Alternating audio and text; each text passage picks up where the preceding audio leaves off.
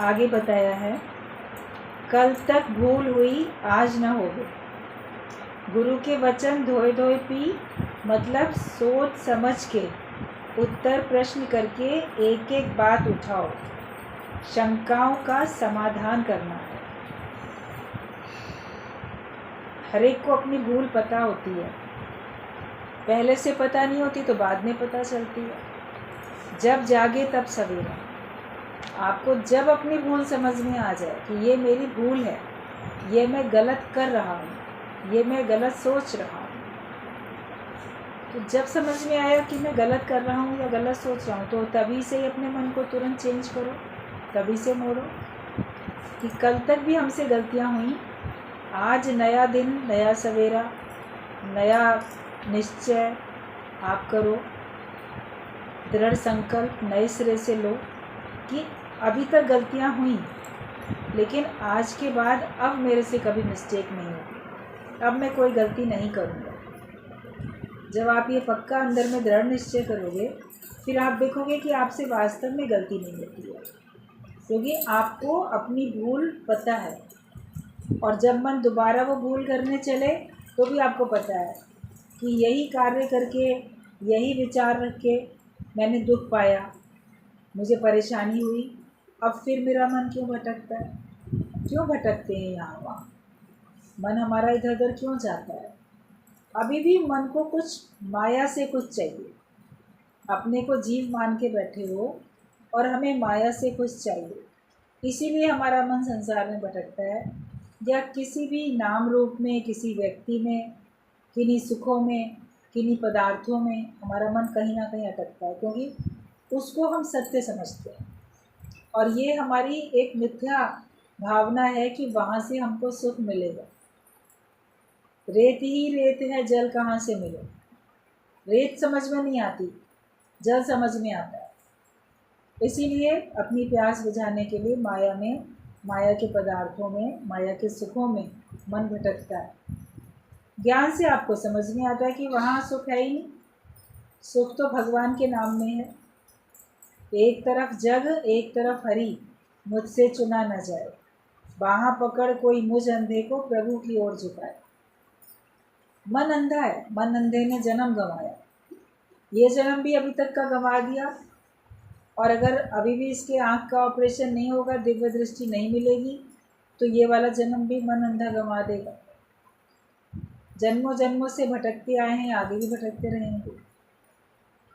तो हमें ऐसी दृष्टि गुरु देता है कि सत्य समझ में आ जाए कि वहाँ माया में पानी है ही नहीं जो तुम्हारी प्यास बुझेगी, जल है ही नहीं, रेत है जिसमें वो रेत तुम्हारी प्यास नहीं बुझाएगी, लेकिन वो रेत तुम्हें जलाएगी। धूप में आप कभी रेत में चलो, कितने बालू तप जाती है, आप चलते हो उसमें तो आपके सब पैर जलने लगते हैं। गए तो जल की तलाश में, जल का एक मतलब क्या रहता है? पानी, शीतलता।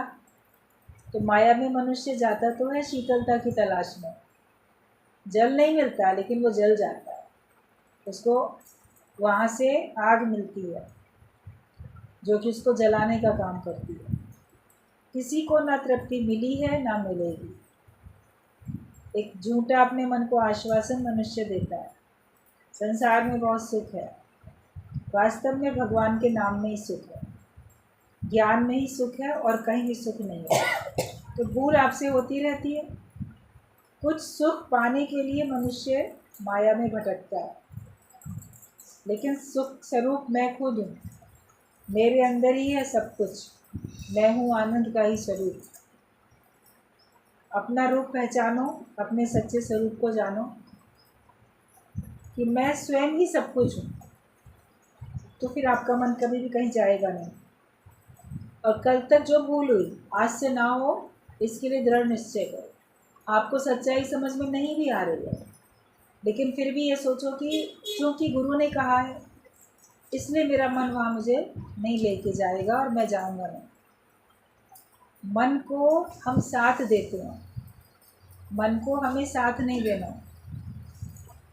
मन को तन का साथ देते हो, मन ने सोचा सिनेमा हॉल में जाएं, पिक्चर देख के आए, मन ने सोचा लोकारीत में फलाने के पास जाएं, उससे मिल के आएँ, फलाने से बात करके आएँ, तो मन को तन का साथ मिला ना, शरीर चल पड़ा वहाँ जाने के लिए, हाथ वही कार्य करने के लिए तत्पर हो गए, मुख वही बात बोलने के लिए शुरू हो गया, कान वही सुनने के लिए तैयार हो गए। तो मन को आपने तन का, इंद्रियों का साथ दिया, तब तो मन की बात पूरी हुई। लेकिन नॉन कोऑपरेशन करो, असहयोग आंदोलन, महात्मा गांधी ने कहा अंग्रेज़ों से असहयोग आंदोलन करो, आंदोलन कराए, क्योंकि हम सहयोग नहीं देंगे।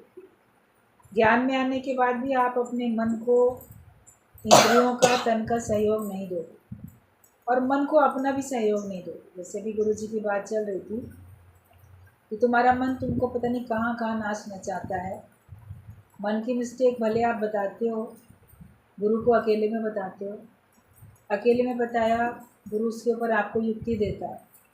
और ये बात है, जो जो बातें आपने गुरु को बता दी होंगी उनसे आपका पीछा छूट जाएगा। जो नहीं बताई होंगी वही आपके दिल दिमाग में घूमती रहती हैं। कभी कभी बताने के बाद भी, गुरु से युक्ति लेने के बाद भी आपका उन बातों से पीछा नहीं छूटता। तब गुरु जी बोलते थे कि अकेले में बताया ना तुमने, तो तुम्हारा मन तुम्हारे पर फिर हावी होता है कि अरे सबको थोड़ी पता है, मेरे अंदर ये अज्ञान है, मेरे अंदर अभी ये कमी है। तो फिर अकेले बताने पे भी अगर आपका नहीं छुटकारा मिला उन बातों से, तो फिर आपको चाहिए कि आप सत्संग में वो बात बताएं, जहाँ सारे ही संगत सुनेगी। तब फिर मन शर्मसार होगा, आपका मन बोलेगा कि, और आप खुद भी सोचोगे और मन भी कहेगा इतने लोगों ने जान लिया तो बड़ी खराब बात है, बड़ी शर्म की बात है। फिर सबके सामने आपने प्रश्न रखा और सबके सामने आपको उत्तर मिला। जो भी आपको उत्तर मिला, जो भी आपको युक्ति मिली, उस युक्ति पे अगर आप नहीं चलोगे तो सब लोग टोकेंगे, तुमने उस दिन पूछा था, तुमको ये जवाब मिला था, फिर अब तुम ऐसे क्यों कर रहे हो। तो इतने सारे पहरेदार जब तुम्हारे बनेंगे चारों तरफ, तब तुम्हारा उन संशय भ्रम से छुटकारा होगा, पीछा छूटेगा। पहले तो अपने से ही संकल्प लो कि मुझे दोहराना नहीं है। बीती ताई बिसार दे, आगे की सुन ले। जो बात बीत गई सो बीत गई। अब मुझे आज अपना निर्णय करना है कि अब मुझे क्या करना है। कल तक के जीवन में जो हुआ, अच्छा या बुरा, आज सोचो कि मुझे किसकी साइड लेनी है, मेरा मन क्या चाहता है। और मन अगर संसार चाहता है, संसार के सुख चाहता है, तो फिर मन को ज्ञान दो, वैराग्य दिलाओ। ये दुनिया अगर मिल भी जाए तो क्या, सारा संसार मिल जाएगा, सारे संसार के सुख मिल जाएंगे, आखिर तो छूटेंगे। जिनके पास जो कुछ है वो आखिर तो छोड़ कर ही गए, और जिसके पास जितनी अधिक माया, जितने अधिक सुख, उतने ही वो अपने मन को जगत में अटका के गए। शरीर तो छूटा, प्राण तो छूटे, लेकिन आसक्तियाँ तो यहीं रह गई। तो उनके लिए दोबारा उसको दुनिया में आना पड़ा। परमात्मा कृपा करके हमको अपने नज़दीक बुलाना चाहते हैं कि सदगुरु तो हमें बुला रहा है, बाहें फैलाए खड़ा है, आ जाओ, लेकिन हम नहीं आते, हम फिर माया की तरफ जाते हैं। और माया जब किसी की बननी नहीं है तो तुम्हारी भी नहीं बनेगी, किसी की भी नहीं बनेगी। अपने मित्र बनो, अपने से सच्चे बनो, अपने मित्र बनो और सत्य को ही चाहो। तो कल तक जो भूल हुई आज वो ना हो, ये आपको अपने से सावधानी रखनी है। और गुरु के वचन धोए धोए पी, मतलब समझ सोच के उत्तर प्रश्न करके एक एक बात उठाओ। ऐसे नहीं कि गुरु की बात ऐसी मान लो। कहा जाता है कि पानी पीजिए छान के और गुरु कीजिए जान के। मतलब जिसको भी आपने गुरु माना है उसकी बातों को सुनो, समझो, विचार करो, अपने जीवन में उतारो, फिर देखो कि आपको फ़ायदा पड़ रहा है कि नहीं पड़ रहा है फ़ायदा। आप तब ये देखो और फिर आप देखोगे वास्तव में गुरु के वचन मानने से ही आनंद है, शांति है, धीरज है, सुख है, उसी के वचनों को मानने से ही है। तो एक एक वचन को अच्छी तरह से मनन करो। कभी गुरु के वचनों को आपका मन रॉन्ग भी कह सकता है, गलत भी कह सकता है, मगर फिर बोलो कि मन तुम्हें पता नहीं, जो चीज़ आज गलत लगती है वो वास्तव में मेरे भले के लिए। बच्चा छोटा है, उसको स्कूल में जाना, पढ़ाई करना सब अच्छा नहीं लगता, और जब टीचर उसको टोकता है बार बार, घर में पेरेंट्स उसको कहते हैं, तो उसको लगता है ये सब पता नहीं मेरे दुश्मन हैं, मुझे खेलने नहीं देते, मुझे आराम नहीं करने देते, मुझे क्यों ज़बरदस्ती स्कूल भेज देते हैं, क्यों पढ़ने के लिए कहते हैं, क्यों ये सब लेसन याद करने के लिए कहते हैं। याद करके भी टीचर को सुनाना पड़ता है, लिख के भी बताना पड़ता है, एक एक एग्ज़ाम पास करना पड़ता है। तो जब तक बच्चा ना समझे उसको वो सब कितना कष्टकारी लगता है, लेकिन बड़े होने पे उसको समझ में आता है कि उसी में तो भलाई छिपी है। शुरू में वो चीज़ कष्टकारी है, मगर उसका अंत तो अमृत है। तो अपने मन को, इंद्रियों को संयमित करना, अपने को वैराग्य में रखना शुरू में भले कष्टकारी लगता है, लेकिन इसका अंत तो अमृत के समान है। आपको लगे कि हाँ ये सब बातें सही नहीं है, मेरे लिए ठीक नहीं है, मगर गुरु को पता है तुम्हारे लिए क्या ठीक है, इसलिए तुमने पर्सनल क्वेश्चन पूछा तो तुमको पर्सनल युक्ति मिली। बाकी सामान्य तौर पे सत्संग रोज़ चलता है, सबके लिए होता है, और उसमें से जिस दिन आपको जो बात समझ में आई अपने लिए, तो आपको उसको उतारते जाना, और फिर आप देखोगे सारी ही बातें तुम्हारे लिए, कोई एक भी ऐसी बात नहीं है जो मेरे लिए ना हो, मेरे से लागू ना होती है। अपना अज्ञान हमें पता नहीं, लेकिन गुरु को पता है। उस अज्ञान को निवृत्त करने के लिए कौन सा ज्ञान गुरु ने दिया, इसके ऊपर हमें अपना ध्यान केंद्रित करके रखना चाहिए। तो एक एक बात को मनन करके अपने जीवन में उतारते जाओ, और सभी शंकाओं का तुम्हें समाधान भी करना है।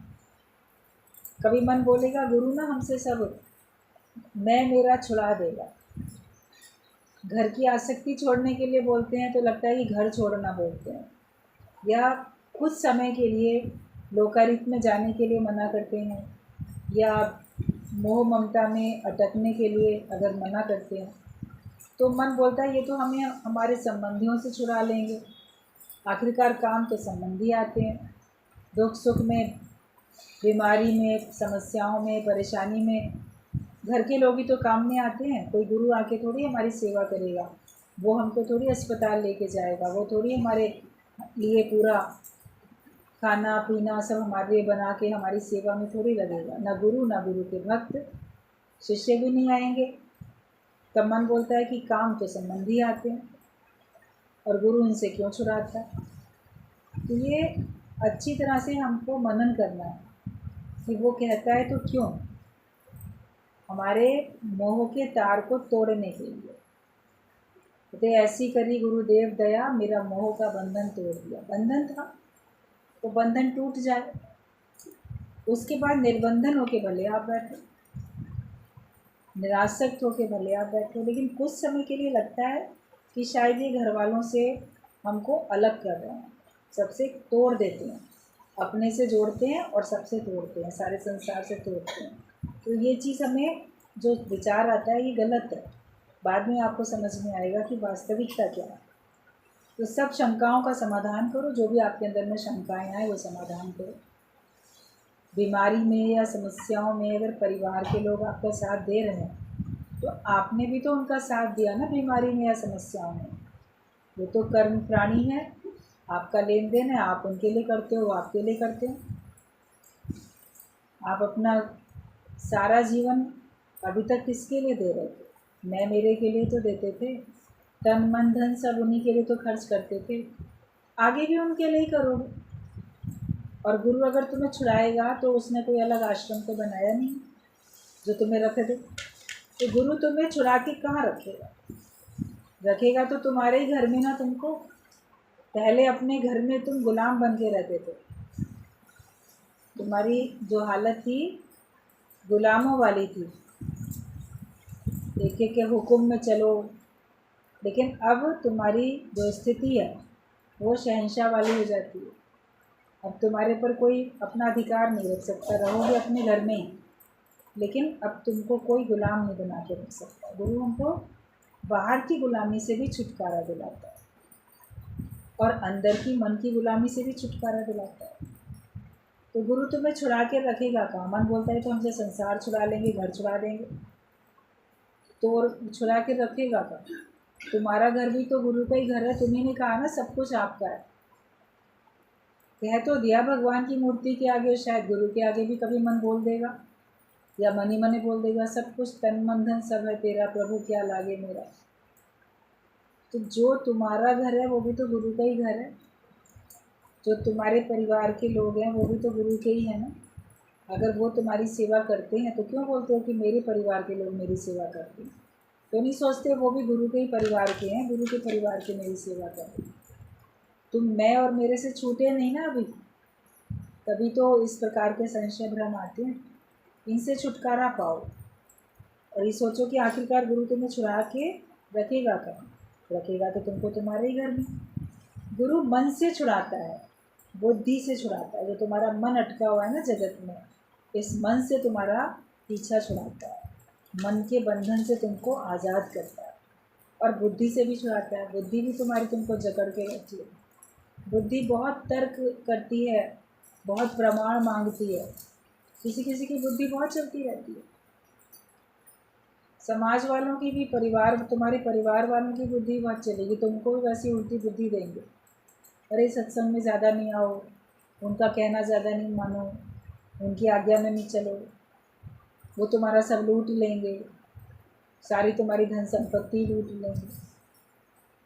और तुम अगर नहीं सही बात बोलोगे तो इसका मतलब तुम उनको हाँ कर रहे हो। क्या तुमको लगता है कि गुरु तुम्हारा सब लूट लेगा? तो लूट के वो रखेगा कहाँ? तो ऐसे लुटेरा थोड़ी है। वो तो जो है वो तुम ही को ही देता है। आप अपने बच्चे को हॉस्टल में भेज देते हो तो हॉस्टल वाले अगर मान लो उसको सब सिखा पढ़ा के क्या सारी ज़िंदगी अपने पास रख लेते हैं? फिर आपके बच्चे को तो आपके पास भेजते हैं ना, फिर वो सब सीख के आता है। कोई थोड़े दिन के लिए ट्रेनिंग करने जाता है, कोई कहीं जाता है। आखिरकार तो हर एक का अपना अपना घर। गुरु किसी से किसी का बाहर से घर परिवार थोड़ी छुड़ाता है, लेकिन उनमें जो तुम्हारी आसक्तियाँ थी, जो तुम्हारे बंधन थे, उनको छुड़ाता है। तुमको जीवन मुक्ति का आनंद मिले, इसलिए वो ये सब इस प्रकार की युक्तियाँ तुमको बताता है। आप आनंदित होकर रहो। तो मन हमारा ऐसा है कि जो हमको सही बात समझने नहीं देता। तो गुरु मन से छुड़ाता है, बुद्धि से छुड़ाता है। मन तेरा बदमाश है, तू उसके कहने पर चलता है। तुम्हारा मन जो है वो सही नहीं है और तुम उसके कहने पर चलते हो। अगर मन तुम्हारा ज्योत स्वरूप जब हो जाएगा तब वो तुमको रास्ता दिखाएगा, दूसरों को भी रास्ता दिखाएगा। लेकिन अभी तुम्हारा मन अज्ञानी है, तो मनमुख होके नहीं बैठो, गुरुमुख बन के बैठो। जो गुरु बताए उस पे चलो, उसी में हमारी भलाई है। हमें नहीं पता, लेकिन गुरु को पता है हमारी किस बात में भलाई है।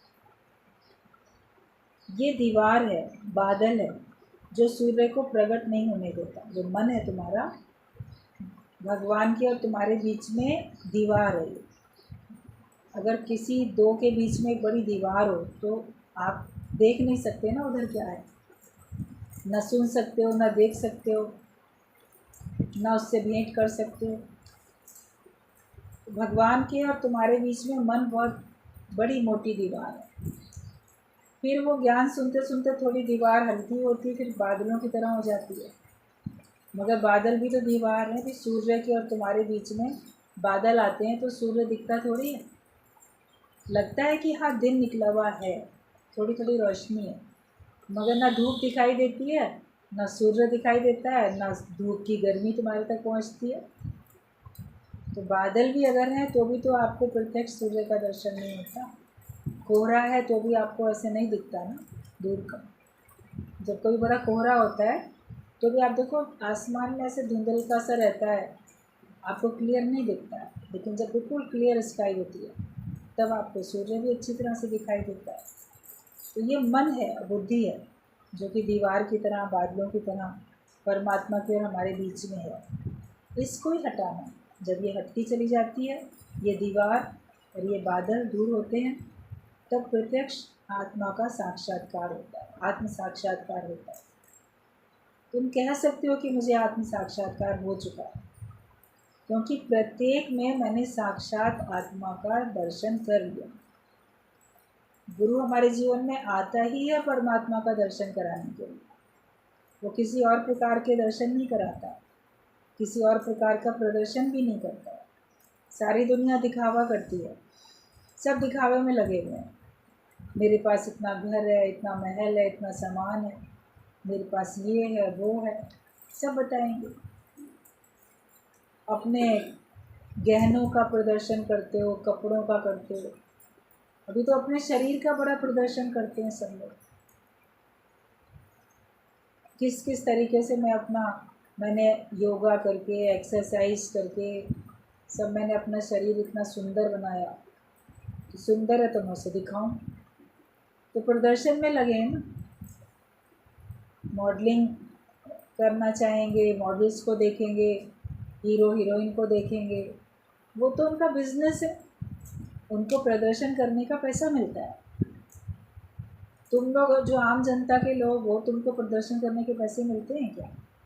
कोई पैसा नहीं मिलता, लेकिन उस प्रदर्शन से तुम्हारा मन बड़ा खुश होता है। लोग देख के बोले वाह वाह कितनी अच्छी इसकी फिगर, कितना अच्छा ये, तो उनके बोलने से क्या हो जाएगा? लोग तुम्हारे पर ऐसे निगाह डालेंगे और तुम भी अपने को देह मान के तो चलोगे ना। कोई बोले मैं 50 साल की उम्र में ना देखो 25 साल का लगता हूँ। अच्छा, लग भी रहे हो 25 साल के, तो मतलब क्या है? तुम्हें 25 और 50 से क्या मतलब है? या लोगों की दृष्टि में तुम 50 के दिखो या 25 के दिखो, उससे तुम्हारा क्या लेना देना? मुझे है काम ईश्वर से, मगर तुम्हें ईश्वर से काम नहीं होगा, जगत से काम होगा, तभी तुम इन सब खुरापातों में पड़ोगे जाए। तो ज्ञानी किसी प्रकार का प्रदर्शन नहीं करता, वो आत्मा का दर्शन करता है और हर एक को आत्मा का ही दर्शन कराता है। देह का दर्शन नहीं कराता, वो आत्मा का दर्शन कराता है। वो किसी और चीज़ का, माया का दर्शन नहीं कराता। उसके पास सब कुछ है तो क्या सबको दिखाता रहता है? अपना सोना चांदी तो आप हर एक को नहीं दिखाते। जिसके ऊपर विश्वास होता है उसको भले बता दोगे, वरना कोई बताता कहाँ है मेरे पास कितना प्रॉपर्टी, मेरे पास कितना गहना सोना, सब लॉकर में बंद करके रखते, वरना तो कोई भी चोर लूट के ले जाएगा। आपको जो चीज़ छुपानी है उसको तो छुपा के ही रखोगे ना, लेकिन जो प्रकट करना है, ज्ञान प्रकट करना है भगवान, उसको तो प्रकट करो। प्रकट करना है अपना आत्मा का निश्चय, उसको तो प्रकट करो। उसमें क्यों कंजूसी करते हो? ज्ञान बताने में कंजूसी है, ज्ञान बताने में झिझक है। अज्ञान की बातें बड़ी अच्छी तरह से बातें करोगे सबको। अज्ञानता में माया की सलाहें देने में सब बड़े चतुर हैं, होशियार हैं। अभी कोई एक बात कोई शुरू करेगा बोलना, तो सब देखो अपना ज्ञान सबको बताने लग जाएंगे। अच्छा ये बात है, इसके लिए ना ऐसा कर लो तो फ़ायदा होगा, इसके लिए ऐसा कर। एक बीमार भी कोई होगा तो उसको बताने के लिए सब वेल विशर बन के उसको सब बताएंगे, इस डॉक्टर को दिखा दो, ये दवाई खा लो, ऐसा कर लो।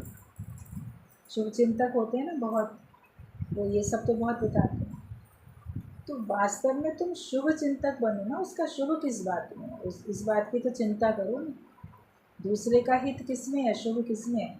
ज्ञानवान बनने में तो शुभ है उसका। तो फिर अगर कोई अज्ञानता में, अज्ञानता की बीमारी में आपको दिख रहा है और आपके पास ज्ञान की औषधि है, तो क्यों नहीं देते हो उसको? बाकी तो बड़ी जल्दी दे देते हो, बता भी देते हो, क्यों नहीं बताते हो?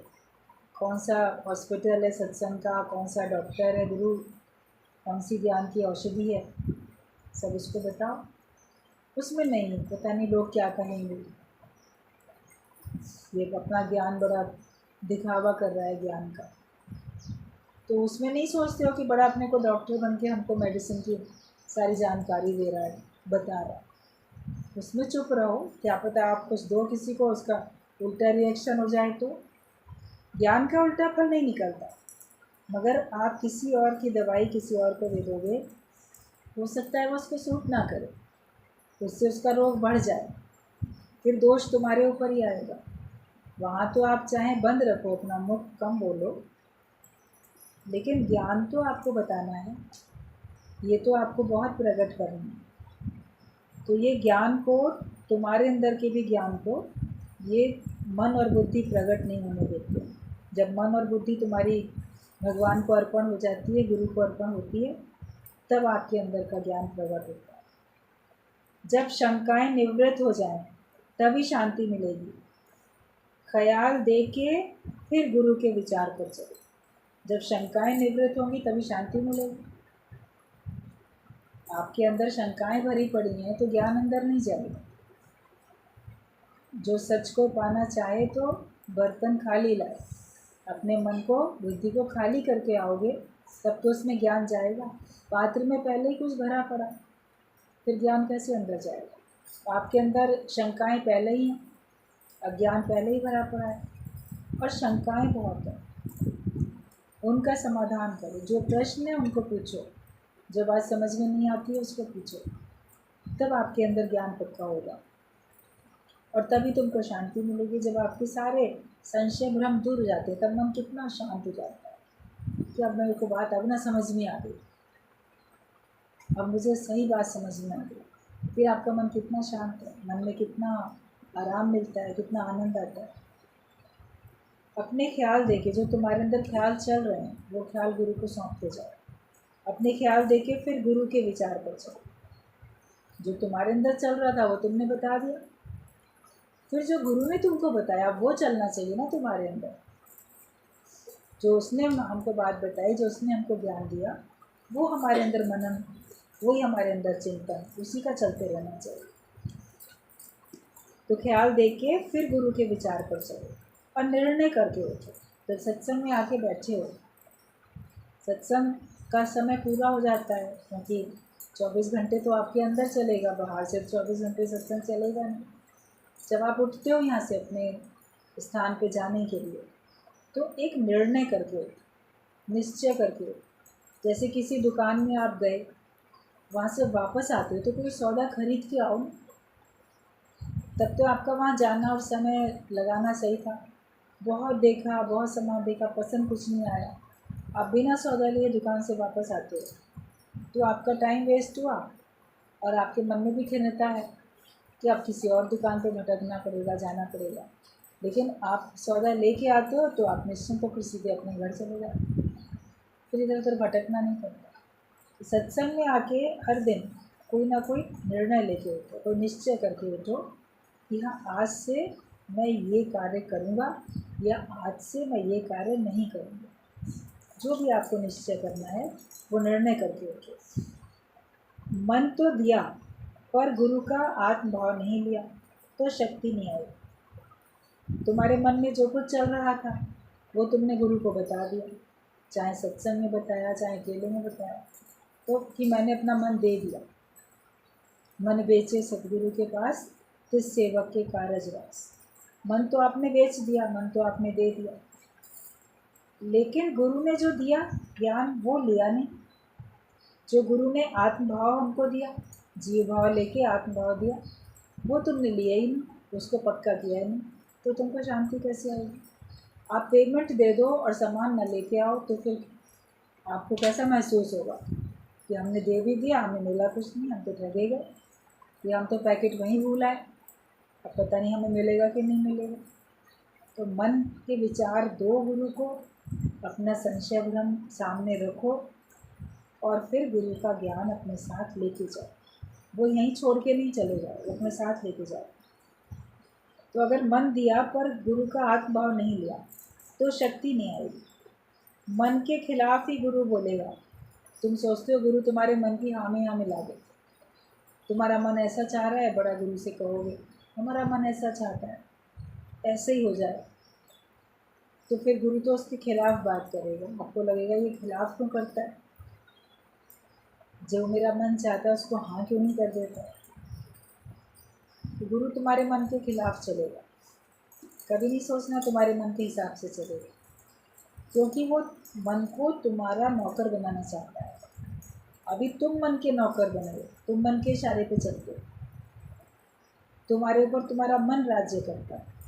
गुरु तुमको मन के ऊपर राज्य करना सिखाना चाहता है, ऐसा तुमको शक्तिशाली बनाना चाहता है। इसलिए मन के अनुसार नहीं चलो, असहयोग आंदोलन करो मन के अनुसार। तो मन के खिलाफ ही गुरु बोलेगा। वो गुरु ही नहीं है जो तुम्हें राइट समझे, क्योंकि तुम अज्ञान में हो। मन बोलेगा गुरु मुझे गलत क्यों समझता, लेकिन वो गुरु है इसलिए तुम्हें गलत समझ रहा है। गलत इसलिए समझ रहा है क्योंकि तुम अभी अज्ञानी जीव हो, तुम अपने को देह मान के बैठे हो। तो अज्ञानी व्यक्ति सही कैसे हो सकता है? जो अपने को देह मान के बैठा है वो सही कैसे हो सकता है? जो अपने को आत्मा जान के बैठेगा वही तो सही है। तो इसलिए गुरु भी तुम्हें कभी सही नहीं समझेगा। और अगर कोई तुम्हें सही समझ रहा है तो समझो वो गुरु नहीं है। जगत वाले तुमको बड़ा सही समझते हैं, तो क्या वो ब्रह्म ज्ञानी हैं? वो तुम्हारी हामी हाँ मिलाएंगे, तुम्हारी चापलूसी करेंगे, क्योंकि उनको तुमसे कुछ सुख मिलेगा, तुमको उनसे मिलेगा। कुछ उनका स्वार्थ तुमसे पूरा होगा, कुछ तुम्हारा स्वार्थ उनसे पूरा होगा, इसलिए वो तुमको सही कहते रहते हैं। मगर गुरु तो तुमको सही नहीं कहेगा। जब तक तुम आत्मिक निश्चय ना कर लो तुम गलत ही हो, क्योंकि तुम अज्ञान में हो। तू मन में मिक्स ना हो जाओ, तो तुम मन में अपने मन से मिक्स ना हो जाओ। अर्जुन कौरवों से मिक्स नहीं था, वो कृष्ण से मिला हुआ था। अर्जुन और कौरव पांडव जो थे तो आपस में भाई भाई, तेरे चचेरे सब भाई थे ना, एक ही परिवार के थे, मगर वो आपस में एक विचार के थोड़े थे। अर्जुन और पांडव वो कौरवों की तरह नहीं थे, उनसे अलग थे। इसीलिए भगवान उनके साथ था और इसीलिए उन्होंने भगवान का साथ दिया। जब चुनने की बारी आई, एक तरफ भगवान है और एक तरफ भगवान की इतनी बड़ी सेना, क्या मांगते हो? तो अर्जुन ने भगवान को ही मांगा। अर्जुन ने भगवान की सेना नहीं मांगी। हालांकि युद्ध में सहायता के लिए गए थे, और युद्ध में सहायता के लिए तो सेना से ही तो युद्ध लड़े जाएंगे। भगवान ने कहा मैं एक तरफ रहूँगा और वो भी युद्ध नहीं करूँगा, निहत्था रहूँगा, और दूसरी तरफ मेरी इतनी बड़ी सेना है पूरी, वो रहेगी। तो तुम्हें क्या चाहिए? चुन लो, मांग लो। अब पहला मौका तो अर्जुन को दिया गया, क्योंकि भगवान ने पहले अर्जुन को देखा था। दुर्योधन सोचता है कि ये सेना मांग लेगा, मैं अकेले कृष्ण का क्या करूँगा जो लड़ेगा भी नहीं, वो तो खाली खड़ा रहेगा मेरे तरफ में, इससे क्या फ़ायदा होगा। लेकिन अर्जुन ने सबको पता है भगवान को मांगा। दुर्योधन मन ही मन बड़ा खुश हुआ, बहुत अच्छा हुआ इसने भगवान को मांग लिया, क्योंकि वो उनको भगवान समझता ही नहीं था ना, वो तो साधारण समझता था। एक ग्वाला है ये तो, गौवें चराने वाला साधारण, उसने उनको नहीं मांगा। लेकिन भगवान को अर्जुन ने मांगा, क्योंकि अर्जुन का विचार अपने बाकी परिवार के उन लोगों से भिन्न था, अलग था। उसने उनको विश्वास रखा उनके ऊपर, और ये भी समझा कि अगर ये हमारे साथ हैं तो हम सुरक्षित हैं। ज्ञान पक्का किया तो उसने भगवान भी पक्का जाना उनको, जीत भी हुई उसकी। तो जैसे कि तुम अपने मन से मिल जाते हो, तो मन तुम्हारा अज्ञानी है, लेकिन जब तुम्हारा विचार गुरु के विचार से मिल जाए, एक तरफ गुरु है और एक तरफ मन है, और मन रचित पूरा संसार है, तुम क्या मांगते हो? तुम अगर भगवान के पक्ष में हो और भगवान को पसंद करते हो, तुम गुरु को पसंद करते हो, तुम गुरु के ज्ञान को समझते हो, तो तुम उसी की बात को मानोगे, मन की बात नहीं मानोगे। तो फिर देखो तुम्हारी जीत होगी, माया से, पूरी माया से तुम जीत सकते हो। तो अर्जुन जो था वो कौरवों से नहीं मिला हुआ था, वो तो कृष्ण से मिला था, और श्रद्धा से उसका एक एक वचन उठाया। श्रद्धा रख के उसने एक एक वचन भगवान का माना। पूरी भगवत गीता पढ़ो, कितने उसने प्रश्न भी किए, उसके अंदर में बार बार प्रश्न आए, उसने प्रश्न भी किए, लेकिन उसने बातों को माना तो उसको जीत मिली। हम भी गुरु के एक एक वचन को अगर श्रद्धा से सुनेंगे और उनको जीवन में उतारते जाएंगे, व्यवहार में लगाएंगे, तो फिर आप देखोगे आपको जीत मिलेगी, कहीं भी नहीं हारोगे। जीत के चलता है ना कोई व्यक्ति, बहुत अपने पूरे आत्मविश्वास के साथ चलता है और प्रसन्नता के साथ चलता है। तो इतना जीवन जियो ऐसे पूरे आत्मविश्वास के साथ और प्रसन्नता के साथ, क्योंकि मन की हार हो गई है, तुम्हारी जीत हो गई। सुंदर सा भजन आप लोग सुनते हो, झूम झूम के नाचो आज, गाओ खुशी के गीत, क्योंकि आज तो मन की हार हुई और गुरु की जीत। तो तुम्हारे मन की हार होनी चाहिए कि मन जो कुछ चाहता था वो हमने नहीं किया, और जो गुरु चाहता था वो हमने किया। गुरु को जीत दिलाई, मन को जीत नहीं दिलाई, तो फिर आपको भी मन में खुशी आएगी। इसलिए एक एक वचन मानते चलो, मानने से ही आपका काम बनेगा, बिना माने नहीं बनेगा।